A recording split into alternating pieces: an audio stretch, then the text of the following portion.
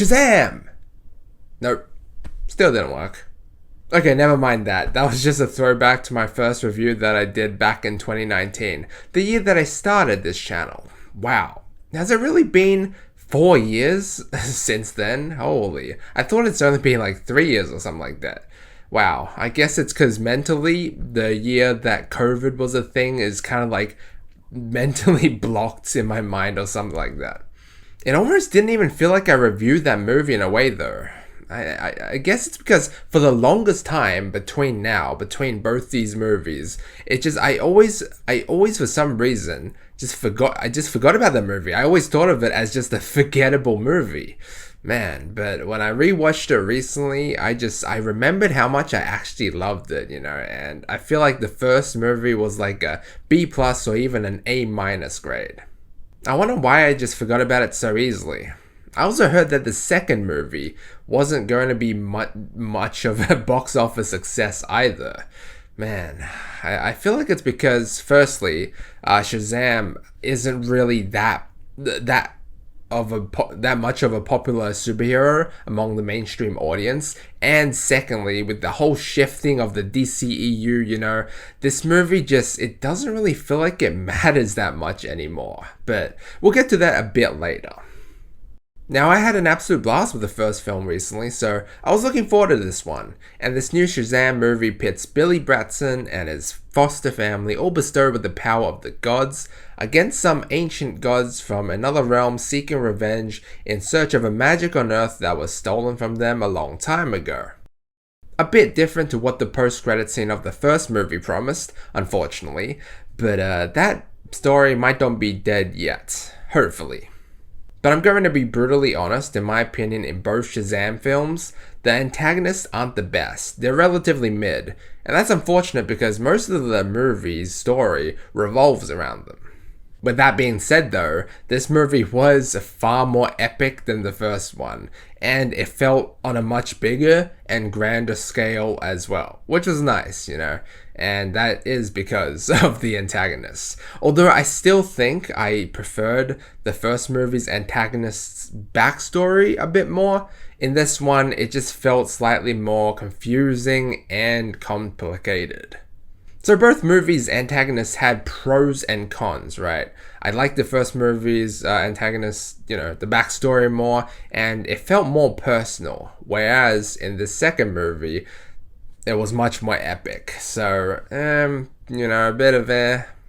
That's, I think, the really main difference between the two films. This new one still keeps pretty much the same spirit as its predecessor. It's still humorous and heartfelt, which was at the core of the first movie. Though honestly, I have to admit I still think I prefer the first film when compared together. I just felt like while this movie did have jokes, some of it was a bit cringeworthy and I didn't feel like I cracked up as much as the first movie. Also, there was way less development in this movie. That is to be expected though, but it would have been nice to see more of the Shazam family's tricks and skills. There weren't many that were showcased in this movie. But since there was a decent gap between the first and second movies, in this one the kids looked way older. We did see new techniques of doing things, but they were from the get-go already. In the first one, it was about Billy Batson understanding his newfound powers, so it was more interesting and fun. In this one, he already knows how to use it. But you can always know more, right? That's what this movie didn't show. More of his power and ultimately more of just his development, I guess. In this movie though, you can still tell that they are ultimately still kids inside of an adult body. I know in the review of the first movie I said that's what I loved about it. That it's like a movie for the people and it tickles our inner child. And it still applies in this movie. Almost every one of us as a kid wanted to be a superhero in one way or form, right? This movie felt like a kid's dream where a lot of really out there stuff was happening. It's not really serious, though it does have times of seriousness, but overall it's just dumb, unrealistic fun for the most part. But with that, there were a lot of visual effects and CGI in this one, and I gotta say, they were pretty lackluster. At some points, they were just very questionable, and the CGI was definitely far from one of the best aspect of this movie. I'd say it's even one of the worst. I mean, the film itself was epic. Some fights and battles were pretty awesome to watch unfold, and the rumbling of my seat and the loud surround sound of my cinema throughout made it even better. However, sometimes the CGI was way too noticeable, which really put me off and made me less immersed overall. I will say though, even though this film starts off okay-ish, it does end off pretty strongly, I thought.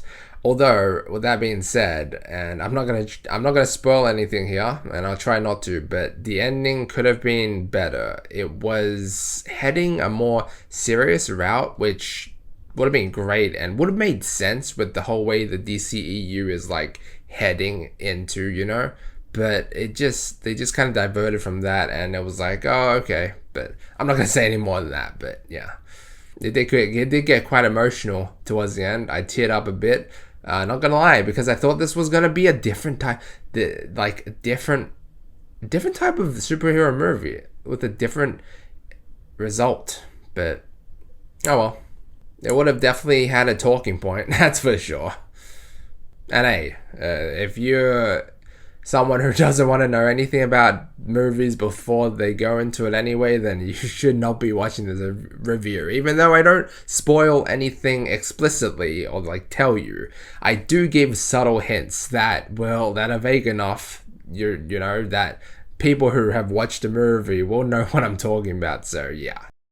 Ultimately, Shazam 2 was pretty epic and just absurd, over-the-top fun. However, I do feel as though it lacks in some areas that the first film did good with, such as with the heartfelt moments, emotion, and development of the characters.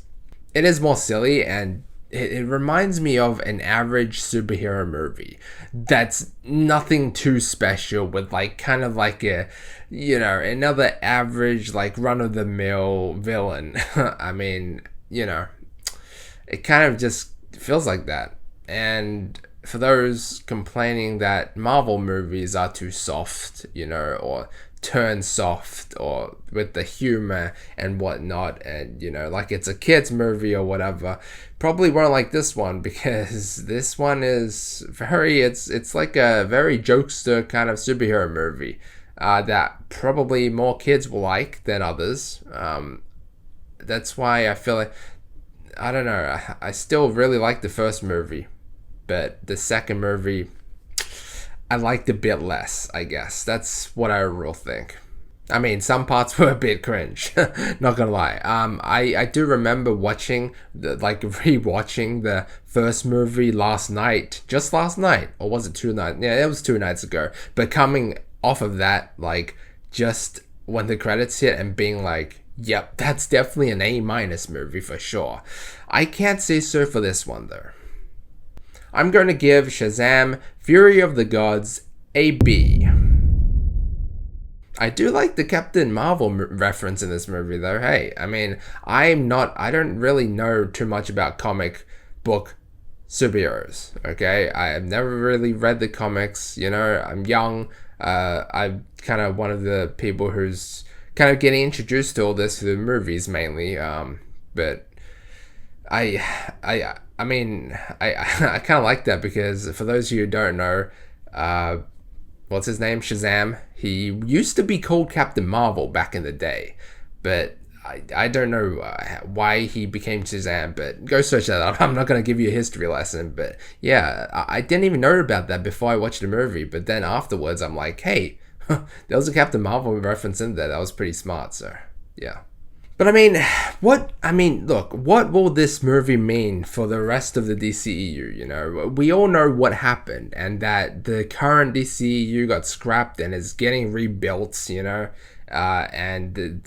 but this movie, along with the new Flash one, which apparently is going to rewrite the DCU, and everything in that movie will kind of be the new timeline in a way. I mean, but we do have Blue Beetle and Aquaman 2 as well, which, I mean, Blue Beetle feels new, Aquaman 2 doesn't. But, I mean, that just, you know, with the whole scrapping of the DCU, it makes me feel like nothing in this movie will mean anything, like, for the future. I mean, this movie, especially towards the end, promises a lot, right? It does. It promises a lot, along with the 2 post-credits, 1 mid-credit scene and 1 post-credit scene, you know. But I just don't know anymore. I mean, with the uncertainty of the future for the DCEU, like, what will happen? Will it even come to fruition? I mean, we've already seen stuff that hasn't come into fruition, like the Amazing Spider-Man 3, for example, right? I guess we'll just see.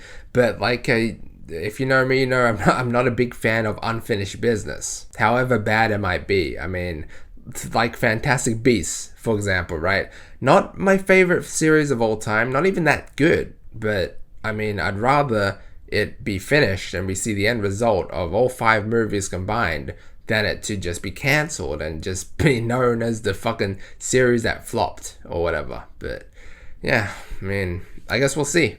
But yeah, overall, first movie, I liked it more. This movie was more epic, I'll give it that. But that's pretty much all it mainly has going for it. But yeah, guys, thanks for watching. Let me know what you think down below. Like and sub if you enjoyed, and as always, feel free to check out any of my previous videos. Until next time.